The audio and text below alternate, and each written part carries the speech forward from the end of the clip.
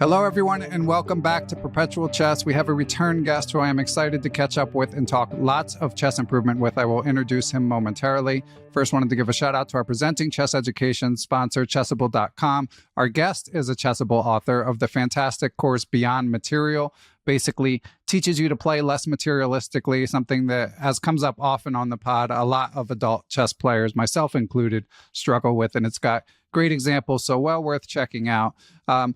Fabiano Caruana, I don't know if you guys heard of him. He also has a new course that is out. It is a comprehensive course on the arc-angle variation of the Roy Lopez. I know he's been working very hard on it, and it's finally seeing the light of day. And obviously, he is a legendary opening theoretician, among other chess strengths. So be sure to check for that, as well as the rest of their new material and some of my favorites, which I will link to in the show description. Now, as for this week's guest, he, again, as a return guest, he wrote a fantastic book called How to Study Chess on Your Own that we discussed back in 2021. I think I know that it's been quite a popular book, quite an insightful book, kind of breaking down different tips for different levels about how to approach studying chess. Obviously, something in my wheelhouse as well. And it's been a while since we caught up. And he actually has a new book out that is fantastic. It's a slightly different theme. It is Ding Liren's Best Games, a chess biography of the world champion. I've had a sneak peek about it. It is part biography, part game collection. You get plenty of both, plenty of instructive games and plenty of details about the mysterious but beloved Grandmaster Ding Liren. And Ding himself annotated some of the games in the book. So that's fantastic as well. Beyond his writing and Chessable courses, he's obviously a very accomplished player, won several international tournaments, competed with the Croatian national team, and these days is a highly respected trainer. So with all of that out of the way, I am excited to finally welcome to the podcast, or welcome back to the podcast, Grandmaster Davorin Kuljasevic. Welcome back, Davorin. Thanks, Ben. I'm also excited to be here again and looking forward to all the chess topics we're going to discuss. Yes, me too. So this is going to be primarily a chess improvement Q&A. We're also going to discuss Grandmaster Ding Liren and Davorin's book. But we got a bunch of questions from the Perpetual Chess Facebook group, from Twitter, and of course from Patreon subs, all related to chess improvement. Obviously, Davorin is a fantastic person to discuss this with. One other housekeeping note I just wanted to hit before we dive into it is that for anyone watching on YouTube, I'm trying a new platform, a new recording platform. We are not on Zoom. We're on one called Riverside. So if it makes any difference to you, positively or negatively, let me know in the comments. But other than that, I know most of you are listening anyway. I don't think it'll sound much different, but let me know if it does. So let's dive into the questions, and I'm going to arrange these kind of by topics, and of course there will be timestamps about the general topics discussed. First up is time management. Now, in chess, there are two different kinds of time management, of course. There's managing your time within a game, but there's also sort of meta time management, how to manage the time that you have to devote to chess. And we've got questions related to both of them, but we're going to start with the ones that have to deal with managing your study time. And the first one is from the legend himself, friend of the pod, Neil Bruce, who asks, he says, do you recommend focusing on learning one new aspect of chess at a time, like endgame patterns, or do you recommend learning different aspects of chess within the same week? And Neil says, assume an 1800 player with 5 hours of chess study time available per week. Thanks. Well, that's always a question of what your goals are, right? So if I would say this, if you have a specific goal in terms of some weak area of your game that you want to improve, then it's a better thing to focus on just that topic, right?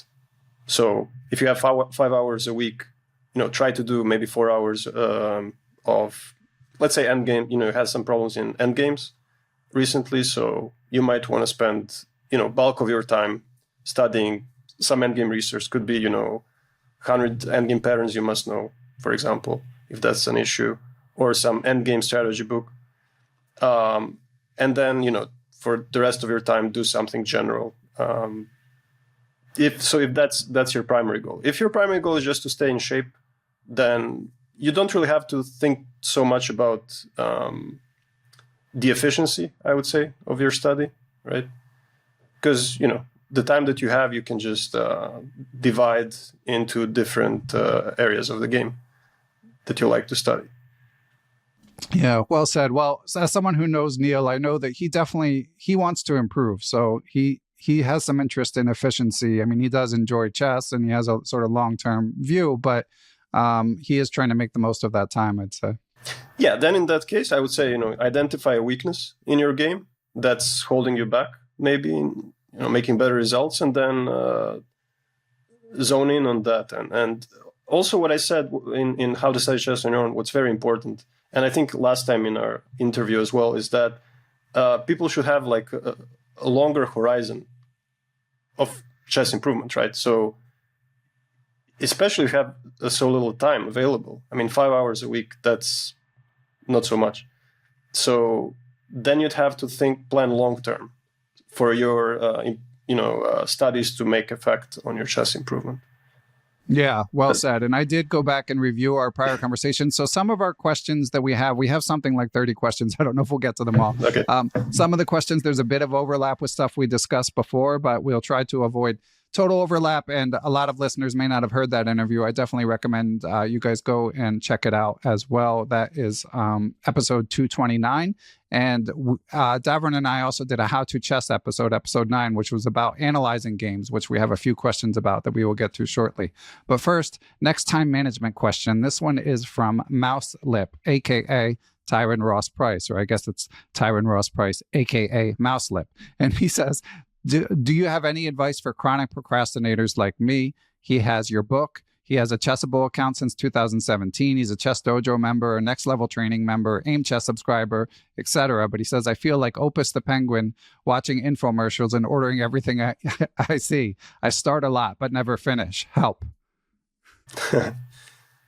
Okay, I mean, to encourage you, I don't think everything in chess has to be finished for you to have, utility from that. I don't think, let's say, a chess book necessarily has to be read from cover to cover for you to benefit, for your chess to benefit, right?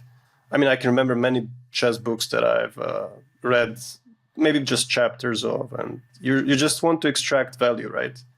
So it's not like a novel where you have to see the end so you know what the whole thing was about, right? And chess book can have some interesting chapters, others you maybe have already seen somewhere, the typical thoughts and so on.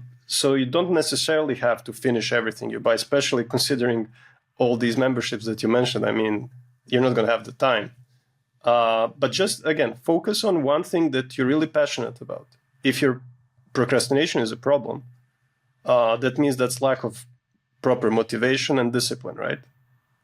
I would say these are the two key things. So if you are passionate about something, you could be passionate about losing a game. Not losing a game. So you really don't want to lose games, and then you say to yourself, okay, I really have to now work on whatever is a problem in my game to avoid that in the future. And that's going to motivate you not to procrastinate. Yeah, I think I don't know how much Tyron is competing. I believe not much, if I'm correct. And I've found that really impacts my motivation. If I'm just studying and it's like abstract, it's hard. I have a hard time with it. But if I know I'm going to be competing, I have more luck. And I was going to highlight the same point as you, Davorin, about finishing courses. I mean, obviously, budget can be an issue at some point, but if you set that aside, you can extract value without finishing things. And Davorin, hearing you discuss that you don't need to read a book cover to cover, it made me think of, I have a chapter on endgames in my book, which I did just want to quickly highlight for any listeners wondering. It's supposed to be out within a week from when you're hearing this. And the following episode from Davorin and I will be dedicated wholly to the book with Dr. Christopher Chabria is going to join me to discuss it. So I'll be going more into it then, but did just want to highlight that because we talk about that in our prior interview where you were talking about the Endgame manual, which often gets recommended. And you were saying the same thing. Don't read the whole thing, basically. Yes. Especially with Endgame manuals. Yeah, that book in particular. I mean, if you try to read it, that's like 3 years of chess study if you do it properly. Okay, next question is from Dr. Potzer via Twitter. Shout out to Dr. Potzer. He says, can we assume that players of different strengths can effectively use the same training regimen, or should it change with level? And then there's another one, but let's stop there. I mean, that's probably an obvious answer. Players of different levels have different training regimens. I can think of when I was younger and when I was, I don't know, a FIDE master and then a Grandmaster, there were different training regimens for sure. It gets more, complex with time and with your strength. So definitely not. And I think you should, that's what I mentioned in How to Study Chess on Your Own, is you should sort of either, with the help of a coach or yourself, tailor it to your own needs, right? Your study schedule, training regimen. Yeah, agreed. And he's Dr. Potzer. I hope I'm right. I think he's about 16 to 1700, so firmly intermediate. But yeah, I often advise you want to. And this is sort of the general received advice: is obviously more focus on tactics. Yeah, when I you're would lower say rated. Yes. I think that's usually the key area to improve. Tactics calculation for lower rated players.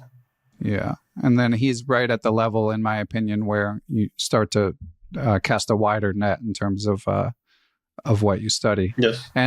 And his follow-up was, how should the training be structured if you're on a tight budget in terms of time? So this kind of we already related to Neil's question. But I would say, again, I don't think efficiency is that important as, thinking long-term. So you don't have to stress so much about what you're going to do this week. I think you have to, the key is to be consistent, right? So consistency over efficiency, because what happens very often is people have a great plan. For example, some people even write to me, can you help me create a study plan? And, we create a good plan, but then they don't, it often happens that they don't follow up on it. For a few weeks, they're very, they want to do it. They're very passionate about doing it. And then something happens, their motivation goes down, and they're not as consistent anymore after, a month or two. So I think it's better to focus on how to be more consistent, more disciplined in following up, than stressing about being efficient in the short run. That's what's going to bring you success, right? Being consistent. Yeah, well said. And FM Andrei Terekov, author of the excellent Smyslov bio, he chimed in the Facebook group with a very similar question. So I think it really kind of strikes a nerve for chess players, and it shows that it happens across the levels. We all feel like we don't have enough time. And yeah, you kind of just, in my opinion, you just kind of have to accept it and not obsess about it. I agree. Yes, wholeheartedly. Yeah, and I expected this kind of question. It comes up everywhere. Yeah. So you have to work with the hand you're dealt. Speaking of Andrei Terekov, he did have one other question that we have not covered, which is, it seems that everyone has moved from digital products these days. So he's wondering, are chess books still of any use for the chess improver? If so, what is their niche? Yeah, that's a great question. Coming from a chess lover as well. It's from an author to two authors. Yeah. So what are we going to say? Well, but I would say probably those kinds of books, like the one he wrote and the one I wrote just recently, have a lot of value. Even though you may not think that it's for chess improvers, but these like Best Games collections were one of my favorite books to improve when I was younger, and still are. But I think you can learn a lot from studying such books. The ex-world champions, obviously, and all the other great players, monographies, tournament monographies. There's a lot to learn from those, and I think those cannot be replicated on digital media. I don't think that easily. So I would think that probably would have the most niche value. But also anything on general improvement, like these fundamental books. For me, it was, when I was younger, it was think like Grandmaster by Kotov. Yeah. Everyone has that kind of book, right? It could be something by Dvoretsky or, the book that, or Silman, the book that impacted you the most. And those kinds of books, I think, would have also that strong value that could not be moved to digital platforms that easily. Yeah. And my opinion is, because I write about this in my book too, there's a chapter about books where I kind of go through the history. So I feel like it's been proven that books are no longer necessary. The younger generation is proving that every day. Hikaru himself has said he hasn't read that many books. But then if you get to like the younger Indian kids, there's legions of stories about them just playing all the time in order to get better. And of course, they also work with trainers and do training exercises, but not as much in the way of books. But that doesn't mean that books can't help you. And as you say, books like The Life of Games and Smyslov by Andre, and your new Ding Liren book, if they keep your enjoyment of chess going, like that in itself, like it might help your chess. Obviously these are brilliant players, but even beyond that, if it keeps the passion going, that in itself has value. And for someone, I think like us, for listeners who didn't hear Davorin's prior interview, he is a staunch chess bibliophile. Gave a lot of book recommendations in our prior interview. Like for people like us, like that's the primary way to enjoy chess history more so than watching something on YouTube. Okay, we ready for the next topic, Andre? Davorin? Sure. Okay, so we've got a trio of tactics questions from Vito on Twitter. And these also are kind of like playing the hits. These questions come up a lot, but they're important. Number one is whether one should do randomized tactics or tactics by themes. And he's also wondering if that's something that changes based on rating level. Yeah, I think let's say the earlier you, or the lower rated you are, probably tactics by theme. Maybe 1500 FIDE is kind of a cutoff where you need to do a lot of tactics by theme. After that, it makes sense to do randomized when you already have this, enough patterns. What do you think? What do you think? I mean, that to me seems. I agree. I would have actually picked the exact same rating. So yeah, we're on the same wavelength there. And this is again, sorry, not trying to relentlessly plug my book, but this is another one that I have a chapter about in my book, which is whether it's better to do new versus repeated tactics like the woodpecker method. This is a topic of much debate. Yeah, look, I'm like, let's say old school in that sense. Woodpecker came out after, some time when I was already a developed player. So to me, that method is counterintuitive. In a sense that I think it's better if you learn patterns by seeing new similar patterns rather than repeating and re-repeating the same pattern or same position over and over again. And that's why I think it's better to spend time on seeing different tactics with similar patterns. They will show up, they will overlap, right? Especially in combinations that involve more patterns. And that's my view on it. But I don't think this method of repeating is bad. It's just that I think it's less efficient than. Yeah. Again, we're on the same wavelength. The conclusion in my book basically was that if you enjoy it, you can do it, but it's largely unproven. That's not to say that there aren't people who've done the woodpecker method and have gained rating, but it's just we don't have science necessarily to back up the idea that it's better to just repeat these exact same positions.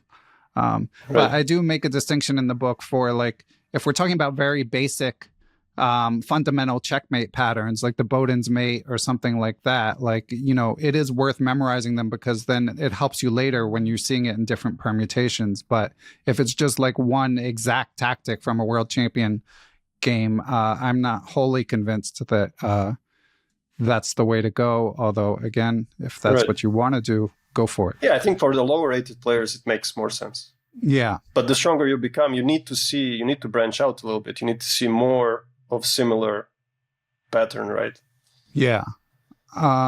Okay, next topic is game analysis, which again, definitely recommend listeners check out our short interview on how to chess, but we've got some questions approaching it from a different angle. So first one is from Paul Wilson, who I suspect is newer to chess, and there were a couple questions, as we'll see, that sort of get to, I think there's a lot of newer chess players who know that they're told to review their games, but then when they do it, they feel like they don't even know where to begin. And so Paul's question is, how do you even begin to learn to analyze on your own? Are there alternatives to engines? So I will tell you how it was for me when I was a beginner. There used to be, chess magazines, and there was a very good resource called the Chess Informant with a lot of annotated games without words, but still well annotated. And in chess magazines, you could actually read in words with comments. And so these were sort of the blueprints for me. And I started annotating very early. Maybe I was like 7, 8, 9 years old, just annotating my games for fun. And I'm sure when I get back to these notebooks, I see that they were quite silly, some of these commentaries, but still, it's a good habit to develop, as bad as this might seem to you, right? As ridiculous or silly these comments might seem, it's still good that you do it on your own. You can start with, just writing down your thoughts during the game or some lines that you calculated. And then you can try to analyze a few critical moments in the game where something happened, right? And then you compare it to the engine. Fortunately, these days, we have the engine, so that's great. Before, you had to ask the coach, I guess, to see if that makes any sense, what you analyzed. And I think over time, as you become stronger and as you become more experienced in this process of analyzing, you'll add new things to your analysis, right? So you might add, analyzing more critical moments or more critical lines. You might add analyzing what your opponent could have done, not only what you could have done better. And slowly you can start adding things up. And of course, I think there's hardly any better alternative to the engine as far as checking your analysis goes. But yeah. I will say this: there is another method actually. You can take an annotated game, again from a magazine or ChessBase or whatever, and then take the whole game without annotations, and try to annotate it yourself. That's when you get a little bit better at this, and then at the end compare it to what the annotator said, right? To see how, because they probably checked it with the engine themselves, and then you will see, where the differences are in your evaluation of positions, in the critical lines that you considered, and so on.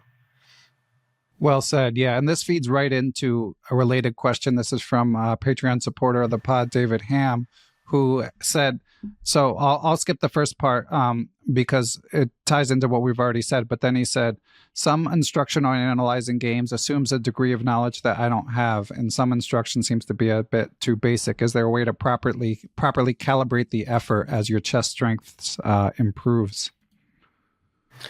Like I said, I think just try your best at the beginning. And the more you get into that practice, that habit, I think you're going to get the hang of it. You're going to start annotating better, and you will compare it to good sources. So always try to find good, models for what you're doing, right? Good sources of annotated games. Then you will see how it's done, and you can just emulate that. Yeah, well said. And for players, say, rated below 1200, I really do like your idea of trying to annotate a game, because you can just see what the game is, find the game online. All these games that are in books, if you Google the game, the year, you'll be able to find on chessgames.com and then compare it. So books to do that with would be something like Logical Chess Move by Move, Chernev's the Most Instructive Chess Games, the Most Instructive Miniatures by Adaman, like these books that have lots of explanations. And then the other thing, obviously, is if you have a coach, that's great, because anytime you have a question, just flag it and you can bring the question to the coach, which also makes the coach happy when there's very specific questions for them. Very happy. Yeah, exactly. And then one other thing I would highlight is engines, I think, can be overwhelming for newer players because it tells you the answer, but it gives you no explanation. But if nothing else, and you can tell me if you disagree, Davorin, but if nothing else, it tells you the turning points of your games. So you may not be able to understand what the engine's telling you about every moment, but if you highlight the point where you're losing like 2 or 3 points in evaluation, and you really try to think about what's happening, maybe on that one moment you can begin to discern what the engine is telling you, even if overall you don't know why it's spitting out all these moves. Absolutely, yeah. And also, I think in ChessBase, a program, there is a little bar, below the board, and it's going to show you when there's a turning point. Yeah, there are different colors and so on. So there, even without seeing the solution, you can know, okay, at this point there's a better move for someone. Yeah. And then you Yeah. can stop there and analyze that moment to maybe, try to find it. Yeah, and the same thing with the Lee Chess analysis bar and the chess.com game review. Yes. Just look for the big changes in the graph. Exactly. Okay. Next up is from Roy Lopes, Patreon supporter of the pod.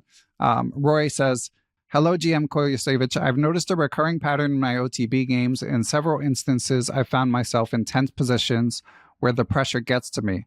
Regrettably, I reacted too quickly to my opponent's move, even though I had plenty of time, only to discover that my move was a losing one. I'd greatly appreciate your insights on the root causes of this issues and any practical advice or study habits you can recommend to help me overcome it. Thank you." Yeah, that's an excellent question. And I think it applies to all levels. And it probably comes down to nerves, obviously, and caring about the outcome too much. And I will now use as an example one game of Ding Liren. This was against Nakamura. You might remember in the candidates tournament. Last game, right, where Huge game, he had to win on demand. And Nakamura was like completely fine throughout the game. It was totally equal. But somehow, he made some mistakes and didn't capitalize on that. So what Nakamura said later, I thought was quite insightful, even though it was also sort of funny. He said, I think he said, "YouTube, I care too much," or something like that. which means that the importance of the game and of the moment really played on his nerves, and he made mistakes because of that. And I can also remember from my practice too, the higher the stakes are in a game, the more nervous you get in certain moments like that. And then that's where you really need to show focus. I think that's the key. You have to focus on, probably it's best to focus on calculating lines. That's what I found is the easiest thing to do. Because then if you calculate for 2 minutes, and I mean, you really focus, you don't think about anything else. You calculate for 2 minutes, after that you will feel that this tension is dissipating. It really happens like that. And then you make a move after a few minutes, and if you're still feeling nervous, you can go take a toilet break or whatever, drink some water just to calm down. You can also learn some breathing techniques that helps. But that question comes up in different sports as well. So top athletes, they have psychologists who teach them what they're supposed to do, and I think it's a learned skill. And I think this is quite neglected in chess, actually. Chess psychology is a fascinating topic, and there isn't that much in literature about it, but it's quite important for your results. Yeah, well said. Yeah, and what you said about breathing techniques, that's kind of where I went right away. Like visualization, meditation, you've got to learn to sort of identify your triggers and practice away from the board so that when it happens, you can sort of catch yourself. You have to do it in advance, right? You have to know what you're supposed to do in advance, because you're in time pressure. For example, you have like 2 minutes to make a move and you start panicking. As far as I understood, the issue there was that the listener had a lot of time, and then he still made a move quickly. So you have a lot of time. That's even better. Then you have time to react and reset. Yeah, and I will say, as someone who's talked many times about the fact that I have the opposite problem, where I can spin my wheels and think too much to get to end up in time trouble. I think that Roy's problem is more easily solvable. I think it's easier to just sort of force yourself to slow down than if you're already slowing down to sort of stop the cycle, at least. I don't know. Maybe I'm just extrapolating too much from my own experiences. But if you look at people like Vishy Anand, legendary for when he was a kid, just moving instantly, and they couldn't get him to slow down, and he did learn to do it over time. Whereas if you look at time trouble addicts like Grishuk and Ivanchuk, it never goes away. Okay, next question is from Michael Sue, who asks, he says, and this is via Twitter, he says, when analyzing my own games, should I try to analyze without moving the pieces and only after calculating and visualizing, then move them around in engine check? He asks because such a method takes him about 2 to 3 hours to complete. I think, the whole idea of the analysis is for you to move the pieces, so you don't need to visualize and calculate. I think that's, if you're analyzing your own game, that's what you've done. You've done this during the game, so why repeat that? The whole idea when you're analyzing the game is for you to, explore different options by moving the pieces, and that's also going to save you time on the analysis. Okay. And do you have any general advice about how much time, how much time to spend on a 15-minute game reviewing versus how much time to spend on a 3-hour classical game? Yeah, I think it should be proportional, right? And the 15-minute game is not that important too. So, right. And also let's say the last part of a 15-minute game is going to be played in time scramble, so it's hard to draw some big conclusions from that, right? It should usually be an opening and middle game when you're reviewing a rapid game that you should focus on. Makes sense. And let's see, next question, and this is something you've talked and written about in the past. What is the best way to find good model games for structures and strategic concepts? Yeah, I explained this in detail in How to Study Chess on Your Own in Chapter 4 for ChessBase, because this is a program that I've used for a long time, and I think a lot of people use it. There is a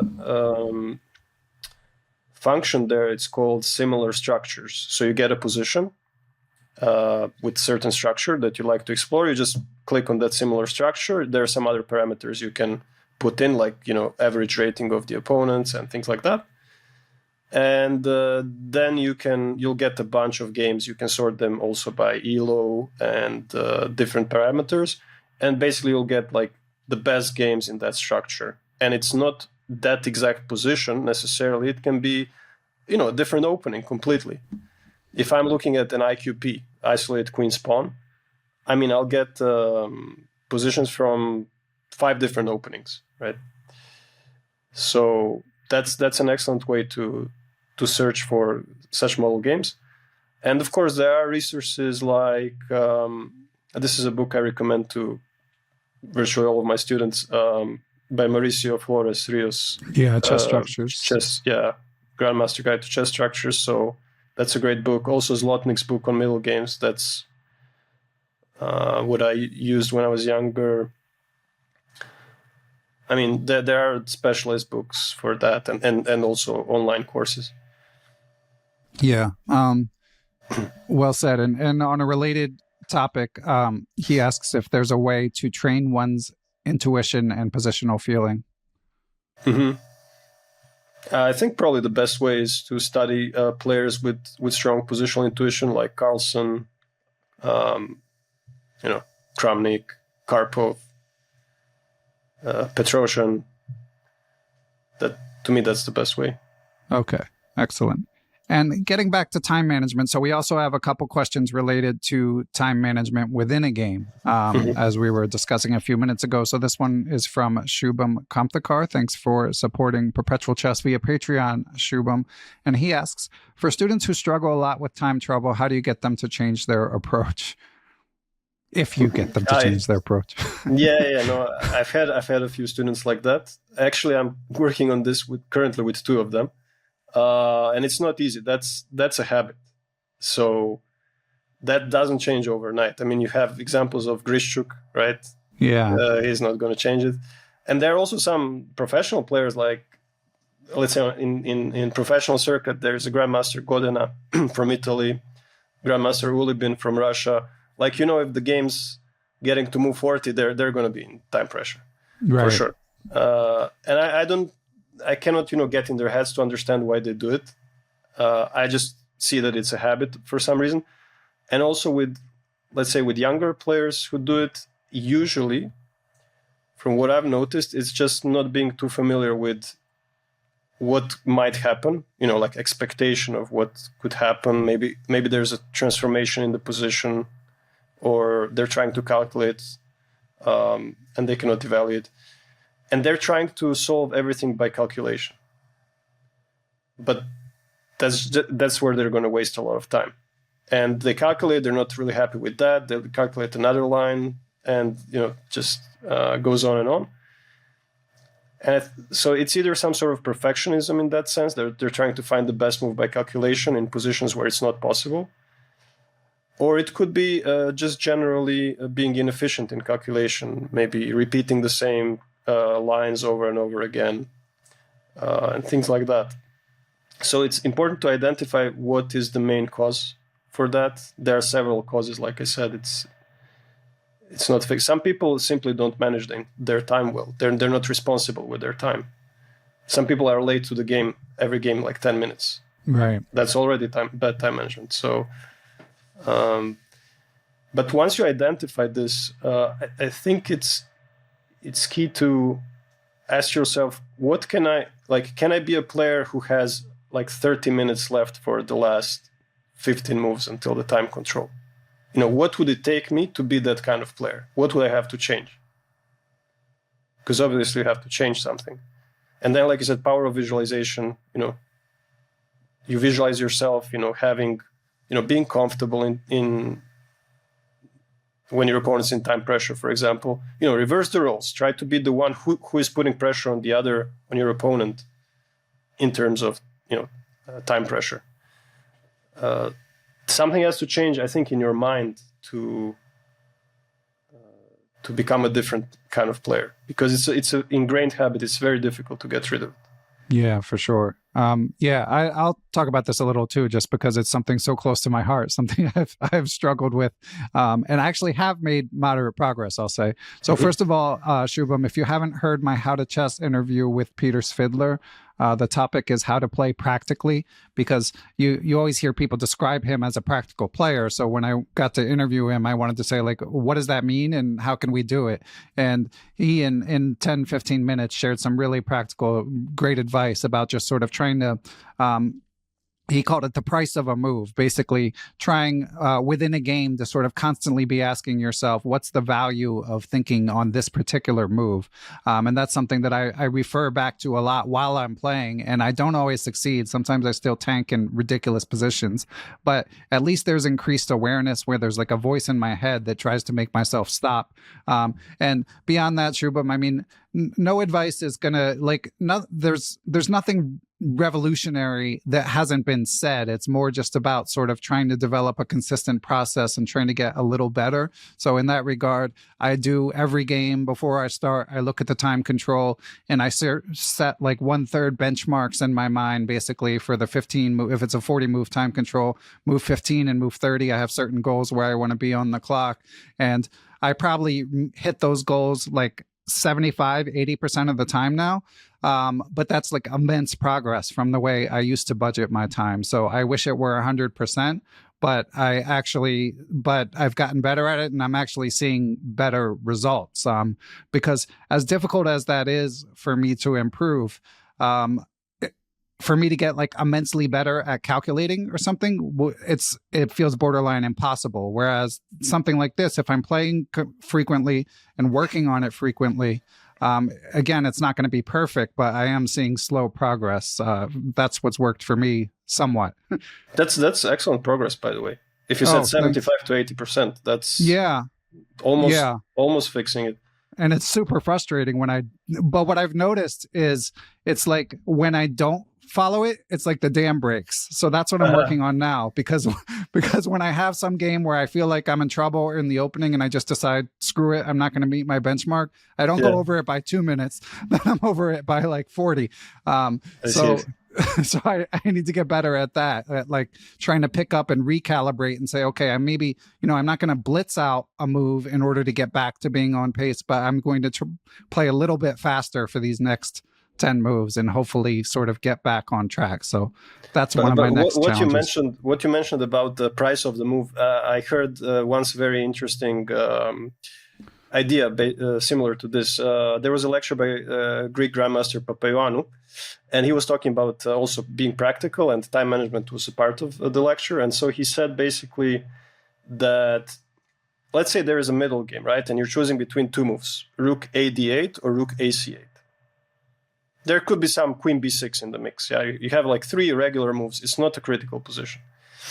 And so you spend 20 minutes on this decision. And you play Rook AC8, which is the best move. He said that that move is a bad move. That's like a question mark if you spend 20 minutes, because there is that price attached to the time you spend on a move. So even if it's a good move, but you spend too much time on it, it's a bad move because it's going to cost you later. Right. Right. I like that framing. Yeah. I'll have to remember to tell myself that too. Yeah. Anytime you spend over 20 minutes on a move that's not critical, it's probably a bad thing. And it's not so easy for young players to evaluate this. When the position, they don't have the intuition yet, they don't have the experience. Like when it's a critical position and you really need to spend time, and when it's not. That's really difficult for them to evaluate. Next question, also from Shubham Kumthekar, is, while collecting and analyzing Ding Liren's games, were you surprised with a particular area of strength in his play? I love this question. You go deep on this. Yeah. Yes, I do. Okay, I knew he's like a classical player with excellent tactical skills, but I didn't know he was such a good endgame player. That's what I've discovered, especially after, let's say, 2016, 17. That's where he started playing like really top level. His endgame skill was really top notch. Not on par with Carlsen, but up there for sure. Then I was surprised how strong he is in these imbalanced positions, material imbalances, weak kings, double-edged, sharp. I would say that probably, he has had some fantastic wins in those kinds of positions. There was a win against Rapport in the candidates, against Duda in the Chess Olympiad, against Mamedyarov in one of the Grand Chess Tour tournaments, many such games. And I would say if he's not the best in that kind of, with that skill, in that kind of position in the world, I'm not sure who's better than him, in my view. And the one last thing that I've noticed that's really cool is how fearless he is with his king. I've seen some fantastic examples in attack and in defense. So when he's defending, he's totally fearless. And he can also attack with his king. I've given some interesting examples in the book. So his whole style is very rich, I would say. He has a lot of qualities. Yeah, and Davorin's book, it's really excellent. It traces his whole evolution. Stylistically as much as personally, it really goes through what his strengths were as in his younger years, what his repertoire was in his younger years, when he developed, like what strengths he kind of developed at what age. So Shubham, if you're interested in this topic, you definitely want to pick up his book. And we might as well take a brief interlude and discuss a few more details about this book, which of course is related to chess improvement anyway. But one thing I'm curious about, so you got Ding to annotate several of his classic games. How many? I think it was 9 games. Was it that Ding annotated? It was 11. 11 games. Okay, excuse me. So I'm curious. You might have had some help from New in Chess, but what was how did that come about? Well, I didn't really talk to Ding personally. Actually, the connection in New in Chess is Dirk-Jan ten Gozendam, who has interviewed him a couple of times and knows him personally, and I believe he's the one who contacted him with that request, and he was very gracious to allow us to publish his 11 annotated games. And I didn't, originally when I came with the proposal for the book to the publisher, I didn't have this in mind, but they thought it's a good idea, and I really think it's great that we have that. Yeah, for sure. So you did a lot of research on his personal background too, and go through his studying law, pretty rare for someone obviously at his level, although you do cite some other examples, but to have spent that much time sort of away from the professional chess realm makes his achievements all the more impressive. Did you make any attempt to sort of correspond with him personally? I know you said you didn't, but did you try, or did you just go through what was written? Yeah, I just went through all the other resources because it was a tight deadline that I had to submit the book, and this was a period when he was inactive, and so I wasn't really sure what's going on with him. I don't want to disturb someone with such requests, but in hindsight, maybe it was a good idea to include like a few words from him in the book. It's just that the deadline was so tight. I had to focus 100% on writing what I had to write, and and there are quotes from him. Just from different sources, right? Yeah, and speaking of inactive, we were discussing this briefly before we recorded, but so you don't have any more information than the rest of us on his surprising inactivity in the wake of winning the World Championship. Is that accurate? Unfortunately not. I would think it's some health issue, because he backed out last minute from the last two events. I think it was one of these speed chess tournaments and also Asian Games. This was just like last month. So that sounds like a health issue. Okay. But he might just be, prepping himself for 2024 when he's going to have many new ideas and just be fresh in terms of his stamina on the top level. So I'm really hoping that it happens sooner than later. Yeah, me too. Because it's, you do highlight that quote from him. I think it was from El Reyes, his interview with Leoncho Garcia. Yeah. Thank you. Yeah. Yeah, with Lancho Garcia, where he said after he won the World Championship, he said he was going to get a proper team and train. And yeah, it's been pretty quiet since then. So anyway, I want to, time permitting, I definitely want to return to the book later, but in short, it is fantastic, with both for chess history enthusiasts and chess improvers. There's plenty to learn from Ding Liren, obviously. Next up, last one related to time issues is, what is a realistic time control for relative beginners looking to improve? I can see why bullet and shorter blitz are unhelpful, but I can't imagine finding classical time controls particularly useful for those not trained yet in deeper calculation. And that one's from Paul Wilson via Facebook. So relative beginners, we're talking... I should have found that out, but I mean, I would say for sure it's got to be... 1200 maybe, or below. Under 1200.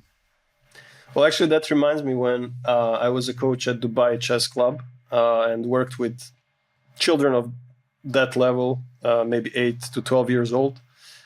We had a problem that they were moving too fast. So the way we tried to solve it was give them training games where they have, I don't remember exactly, but maybe 1.5 minutes per move. So they play out the opening quickly, and then they have 1.5 minutes per move until the end of the game. And we thought that will bring them some discipline with making their moves. But what ended up happening is that they would still want to make their move very quickly, and then they would just look around, the playing hall and not really think. The idea was for them to think about the position for 1.5 minutes and then play the move. But they already made up their mind after 10 seconds what they're going to play. Right. So with the relative beginners, they don't have that's what I understood later. They don't have the base. They don't see the position the way you do, right? When you see a position, you see a lot of opportunities, right? You see so many things that could happen, but they only see one or two things. Maybe a pattern or how they're going to improve a piece or whatever. And that's all for them. So that long time controls actually are not, that was my conclusion, are not that helpful. And probably the best time control for them, since blitz and bullet are terrible for young players at relative beginner level, rapid is really good. So 15-minute games, 20-minute games, 30-minute games with some increment, I think that would be the best time control. Okay, not excellent. Too long yeah. and not too short. Yeah, and I also don't know if Paul's referring to playing online or playing over the board. Online, I think a lot of people, I've certainly fallen in this category. Like, I struggle to concentrate if I'm playing like a super slow game online, and I definitely don't have that issue in person. So if it is online, I would say like to whatever time control where you're able to concentrate. So if you're able, I think a 15-minute game should be okay. Yeah, for sure. But I mean, my personal opinion is if you can do 30, that's great too. Yeah. But you do run into time constraints and stuff. So, okay, and now we're falling to the miscellaneous category. First up is from Patrick Gronendijk. I hope I said that right, Patrick. On Facebook, he asks, how can an intermediate player improve calculation? The sources that you give in your book are all for more advanced players. That's a good question. So intermediate players, again, we're talking maybe 1600. Yeah, I would guess so. Yeah. Okay, again, thinking about my experience when I was around that level was a lot of pawn endgames that require calculation, and a lot of, and some easier studies, endgame studies, because these are stripped of distractions, if you will. So you get like you pretty much know what you have to calculate. Maybe it's a pawn promotion, maybe it's to shoulder his king, or give a checkmate or whatever, and also you have to watch out for the opponent's resources while you do that. So these are excellent. I remember doing a lot of these. These are excellent for improving your calculation at that level. But I also want to mention I have two resources on that, which I did for different websites, where I calculation courses where I used the ply theory, which means basically that there are different depths of calculation when you are, let's say, intermediate player. What you have to really focus on. The first one is ply zero, which means before you make a move, you ask yourself, what does my opponent want? If it was his move, what would he play? Ply one would be your candidate moves, what kind of candidate moves to look for, checks, captures, attacks, and so on. And the third one would be ply two, which is once you're considering your move, you have to see or you consider what your opponent might play, and that's a further step that's looking at your opponent's resources. And everything beyond that, everything beyond ply 3 is basically deeper calculation. But it's really these three key steps that if you can do specific exercises for these three that I've given in those courses, and I also give to my students from my own collection, then you can improve your calculation, your calculation technique that way. You know what to look for on each step of your calculation. And I don't know if there are that many resources on that in general, like books. That's a really good, actually, idea for something to explore more. Yeah, no, I agree that it's sort of an underserved market. I do have a couple more recommendations on Chessable. Azel Chua has a calculation course designed for intermediate players. It is called Calculation, a Tournament Guide for Tournament Players. And recent guest of the pod, as we discussed, Candidate Master Can Kabadai has fundamental chess calculation skills. And both of them are used to working with adult club players. So they really try to deconstruct the thought process, which I think is sort of what Patrick's question gets at, that there hasn't been that much of that in the marketplace. Yeah, that's excellent.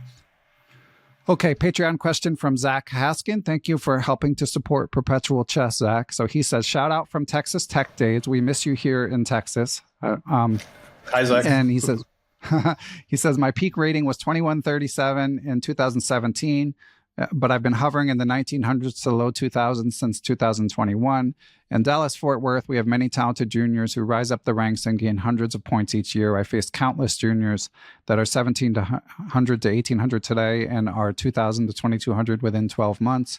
I notice when I play mostly adults at my rating level, I tend to gain points. When I play these underrated kids that are around 1800, I tend to drop points. Playing them is unavoidable. So what are some practical tips and ideas for adult players at my level to handle these up-and-coming juniors? Very relatable question. Yeah, Zach, you're not alone. Just like a Magnus. And exactly. It's not only in Dallas-Fort Worth. It's everywhere. Yeah. Yeah. No, it's a big question. I do have some. I have already written about this in Beyond Material, which was kind of off topic there, but I think it's very current question. And basically, the recommendation would be twofold. One is be aware of what young players' typical weaknesses are, and be aware of what their typical, let's say, competitive advantages are over you. And then try to maximize your effectiveness in both, right? So let's start with their typical weaknesses. So what are the typical weaknesses of young players? What do you think? I have a chapter on this in my book, of You course. do? So. Okay. Yeah, so I'm well versed in this. Yeah. I mean, it doesn't mean I beat them, as I say in the book. Yeah, but, you want to maximize your chances, right? Yeah. So let's. So start I with say the they can be impulsive. Yes. And they know main opening lines well, but maybe not sidelines as well. Yes. Exactly.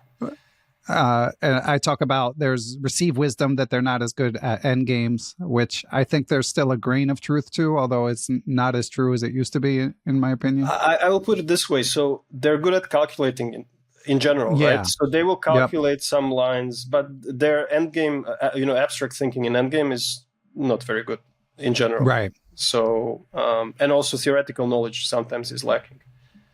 But what you mentioned about the openings is completely on point. So you want to choose some sidelines, right? I'll give you an example. I just saw the other day. You play e4 with white, yeah? And they play a Sicilian. So e4, c5, knight f3, e6. They want to play the Paulson Sicilian. And you don't play d4, the main line. You play bishop e2. Ah, have you ever I thought seen you were going to go for b3, one of my old man moves. But b3 is like mainstream almost, yeah. It's not I meant 3b3 in that position, not one b3. Yeah. But people have probably seen b3, like young players. Yeah. But bishop e2, no one has seen this move, right? I mean, it's a very unusual move, but it has some venom, as we say, right? There are some ideas behind it. Or there's a different. Okay, we won't talk about exact positions, but you can find a lot of these. You piqued my interest in that position for sure. So yeah. But sorry, go ahead. No, there are a lot of these SOS sort of variations, secrets of opening surprises, right? That you can pick. Iran Bosch, yeah, exactly. And also, you want to go for more maneuvering type of game. Yeah, everything that involves abstract thinking is kryptonite for young players typically. So you want to try to steer the game in that direction if possible. And then speaking of their relative advantages over you, it's probably going to be tactics calculation. So you want to improve, that should be in general goal of most players, to improve in those concrete skills, to be more competitive against younger players and in general. Yeah. Well said, but yeah, I mean, it's fascinating, and we're recording this as the Qatar Open is going on, and people like Magnus and Hikaru's doing okay, but they so rarely have to experience what everyone else has been talking about for the past 2 years in terms of the fast rise of so many young players. So it is. There is something reassuring in seeing that even they, are having their issues. Ben, I have a question. What about the rise of the older generation? Do you see Kaidanov? Yeah, shout out to Kaidanov, friend of the pod. Yeah, amazing. He beat Jordan van Forest yesterday as we record this. And he's playing Magnus today, I think. Wow, unbelievable. Yeah, so listeners will. I mean, he's such a nice guy. So I'm just happy for him on a personal level. I mean, he's rare from his generation, and that he retains his ambition. He, as he talked about when I interviewed him about 6 weeks ago, he emailed the Qatar people months and months ago. Said, "Can I play?" Didn't hear from them. Finally got the word that he could go. So to finally be able to not know if you're going, and then get to be able to go, and then get to play. All these modern stars. Shout out to him. He's inspiring. It's a perfect example of that ambition beats age. Yeah, right? Yeah. If you don't lose your ambition, the age is only a number. Yeah. And it comes across in my interviews with him. I mean, it's not a coincidence when you hear him talking about doing solitaire chess every day, you know, trying to get into the minds of all the young stars. So again, props to Gregory if you're listening, which he won't be now, but if you're catching up later, we should say. Okay. Next up is from Dave S. via Twitter. He says, if something you're doing isn't getting results, how can you tell whether you need to put more work into it and persevere, or whether it's actually not the right approach for you and you need to change? This could apply to a training method, but also to openings. That's a tough question. Well, first, maybe I would really check if I've done all that I could to make it work. Because I think a lot of times it happens that people give up too early. They haven't, put all of their efforts into making something work. I mean, openings are the best example, really. Yeah, you lose 2 games in an opening you've studied for a few months, and you say, "Okay, this is not for me." No, it's not like that. It's not opening's fault that you lost. Probably you can always, especially if you choose good openings, right? You can always find improvements. So. That's like, in a nutshell, what I think should happen. That you try to give it really your best. Spend, I don't know, if you need a couple of months with a training method, and if you are sure that you cannot do anything more to make it work, okay, stop it. Maybe there is something else. But don't do a half-ass effort and then try to. And just move on. It's not going to make you happy. So. It strikes me in hearing his question that with openings, it's measurable. If you're playing the Nimzo or the Queen's Gambit Declined, or if you're playing something that is a good opening and getting bad results, that should be fixable with enough effort. Whereas with a training approach, because rating is a lagging indicator and because you can't really isolate the variables, it's much more challenging to know. It's more challenging, yeah. You have to try it and see what works for you. I mean, it's really hard to give an answer to this question. But I will say that for openings, even if you have bad score, like, I can remember having a bad score with black in the Slav exchange or in the Rosolimo. I kept playing it. I mean, okay, you're going to lose some games, but you keep trying, to make some improvements. And sometimes it's just like that. Like, some positions are not for you, but it doesn't mean you have to change the whole opening. Right. So. Okay. And next topic is your books. So finally, an FM on Twitter asked, he said, are you writing a workbook for 2,100 plus FIDE, regardless of the shrinking readers base up the ladder? And to clarify, I should have mentioned at the beginning, but in addition to the books I highlighted, Davorin has published with New in Chess a couple workbooks, how to study chess on your own for certain rating ranges. So you could discuss those generally and also answer finally an FM's question. Yeah, the first 2 workbooks were aimed at 1,500 to 1,800 ELO, and then 1,800 to 2,100 ELO.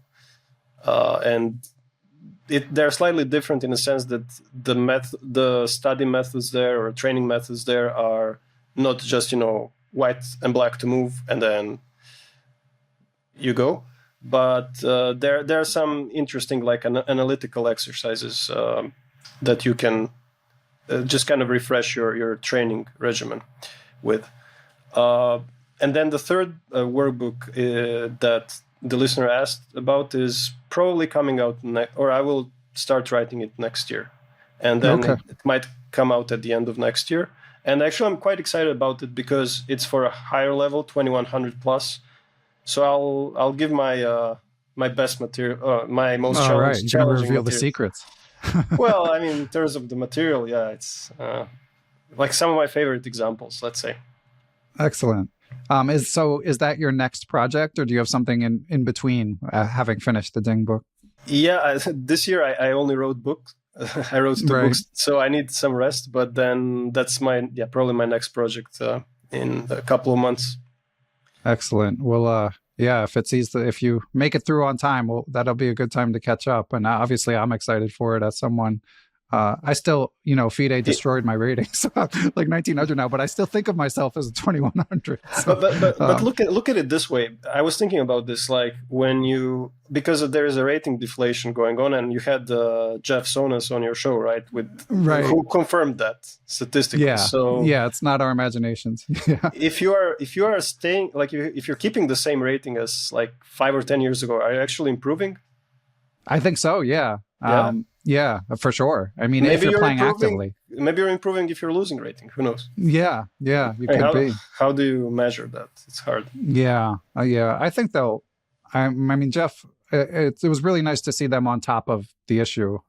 They may not get it right immediately, but if someone like Jeff sticks with it and FIDE is responsive, and again, not to belabor it, but stuff like Magnus losing to these kids, I mean, or not all kids, but cheating scandals or, false allegations or, suggestions aside, that'll get people's attention of that the system is not as predictive as it should be. Yeah.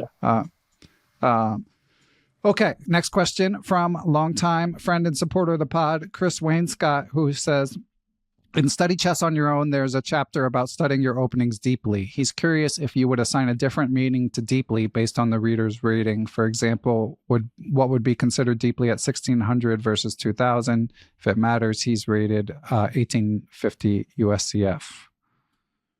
Yeah, actually, that chapter, most of it was aimed at, he noticed correctly, it was aimed at higher rated players, or let's say younger players who have more time to study. So for someone, let's say rated around 1600 to study openings deeply, I would say it would mean knowing your model games, studying model games in opening variations that you play. That should be enough. It could be like a couple of model games for each opening variation that you think is important.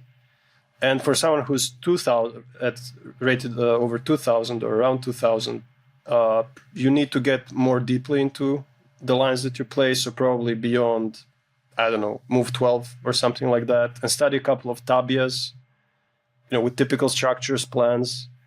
Again, study more model games. So it definitely makes a difference of which rating you're at. But I would say at a lower rating, anything below 2000 FIDE, most games will be decided by tactics. So openings don't have such, like every now and then someone wins in the opening, but openings don't have that much of a say in the outcome of the game, I think, as much as tactics. Which doesn't mean you shouldn't know them, but... Yeah, I mean, I feel like there have been some questions submitted for different guests recently where there's sort of like a bit of pushback against that notion. I feel like developing players are feeling like openings are kind of probably with what we've been discussing with the general improvement of the chess population. They feel like openings matter more at the lower level than they used to. And I think there might be a grain of truth to that. So, I mean, I always just come back to like look at your games and determine by your own games how much openings are impacting the result. I mean, that's kind of an aside from Chris's question about how to study openings deeply, but just wanted to highlight that point. So we've made it through all the Q&A, so we can finally talk a little Ding if you've got a little more Ding if you've got time for it, Davorin. Sure. Excellent. So you tell the story in the book of what sparked this project, but that might be a good place to begin. Why did you decide to write a book about Ding? So it was right after the match finished, the World Championship match where he beat Jan Nepomniachtchi. And I was inspired by the match. I think a lot of people were, with the way he's won it, coming from behind and generally just being an underdog throughout. I've followed Ding's career since, I would say, like 2008, when he was practically unknown. And I kind of stumbled upon his games in database by accident. I was changing some things in my repertoire, and I found games of this, Chinese player. Okay, and I see, he has some really good opening ideas, and he's beating like 2600. So well, let me steal some of these ideas. And so, and then next year he wins he was rated 2400. And next year he wins the Chinese championship, where Wang Hao and Bu and some other these 2700s played, and you're like looking who's like, wow, this guy is amazing, and you see the games and he's like beating everyone, crushing them in attack and so on. And then I started following basically his whole career and his whole progress. And also his games, because his playing style was very close to my heart. He's a classical player, D4 player, just as I am, and he has this attacking spark. He knows when to attack. He has a very keen sense of his opponent's king vulnerability, and so I've seen a lot of games from his career even before writing the book, and I just came to the publisher with this idea. Maybe subconsciously I wanted to beat other people to it, but I think a player like Ding has. I mean, look, like every world champion deserves a book to his name, right? And I thought, Ding is now world champion. This would be a good opportunity for that. And that's how basically it came about.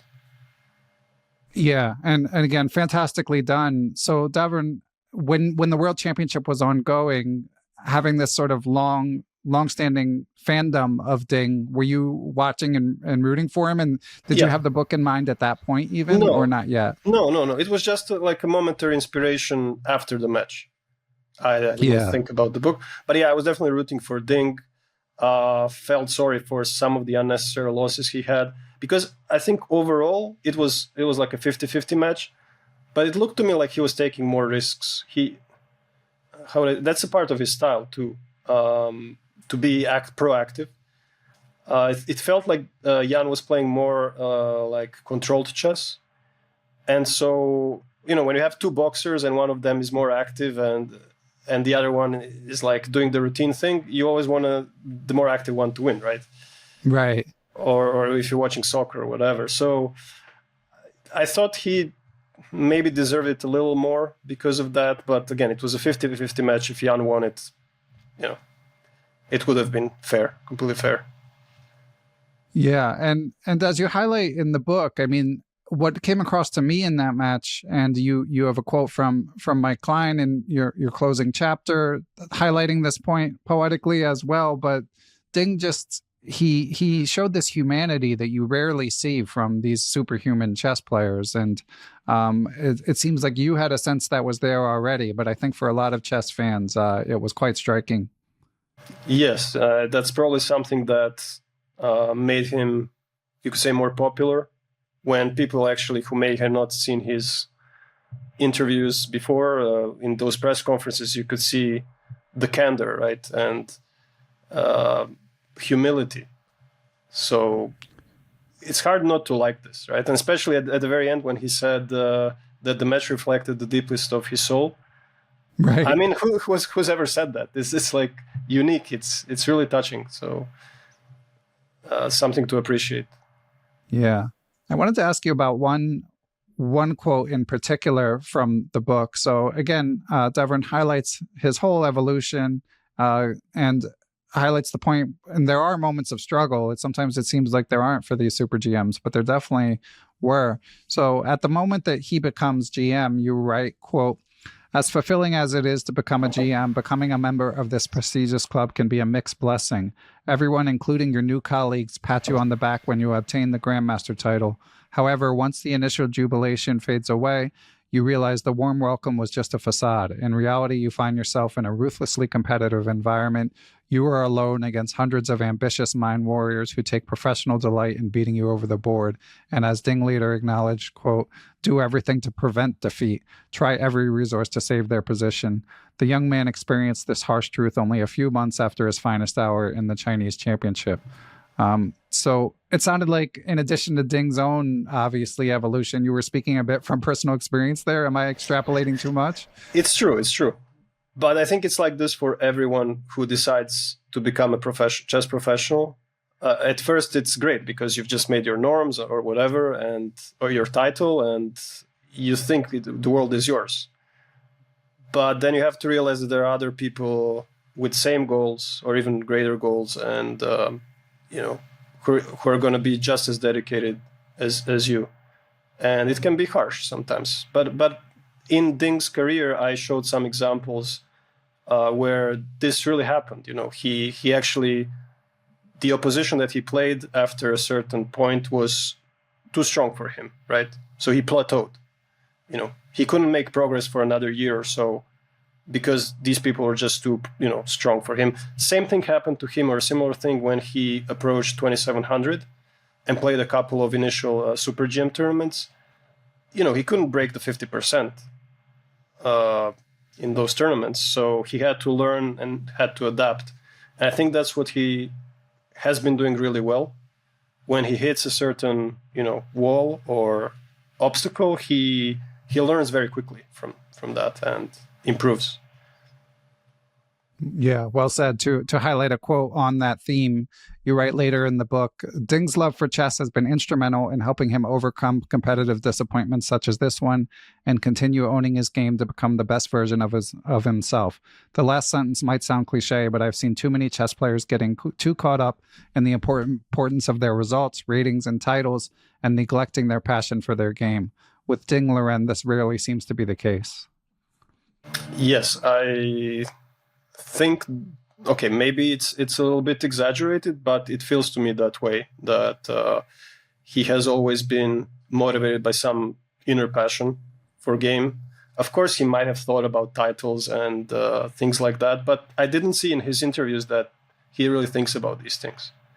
Accolades, things like this. I think he's really very focused on his, becoming the best chess player he can. And also he said that his goal in chess was not to become a world champion, but to become the best chess player and to play like a computer, basically. His ideal game would be one where he plays like a 3000 level player, which is what he said a couple of times. So he's really focused on that process, and that's inspiring, I think. Yeah. Just hope he comes back, because when I read that excerpt, I was thinking, well, I hope he's not having this moment of, flagging motivation or love for chess now, but it does happen to everyone. So it would be understandable. He's had some periods where he didn't play for a few months before. He was studying as well. So there were different reasons. We, of course, know what the reason is now. He just needs to recharge after the World Championship. It's taking a bit longer than we expected, but let's hope he's back soon. Yeah, let's hope so. Well, I should have mentioned earlier, the book, the release date is November 15th. You might be able to find it earlier. It's from New in Chess. So, of course, you can get it in paperback and hardcover, as well as the New in Chess reader. It's usually going to be on Kindle and Forward Chess as well. So as those links become available, I will link to them. But there's definitely, as with everything Davorin touches, there's lots to learn from it. But in this case, obviously, a lot to learn from Ding as well. So, I'm excited to see the reaction to this book, because I think people will really enjoy it. So, Davorin, do you have any closing thoughts? I feel like we've covered a lot today. Yeah, we've covered many bases. Not sure exactly, but I definitely enjoyed chatting with you and answering the questions. I hope it was useful. Definitely was. And as we discussed last time, you're not big on social media, but you did have a coaches page. I don't know if you're taking students or not right now. Yes, I do. I have a coaching pages on Lichess and chess.com. Okay.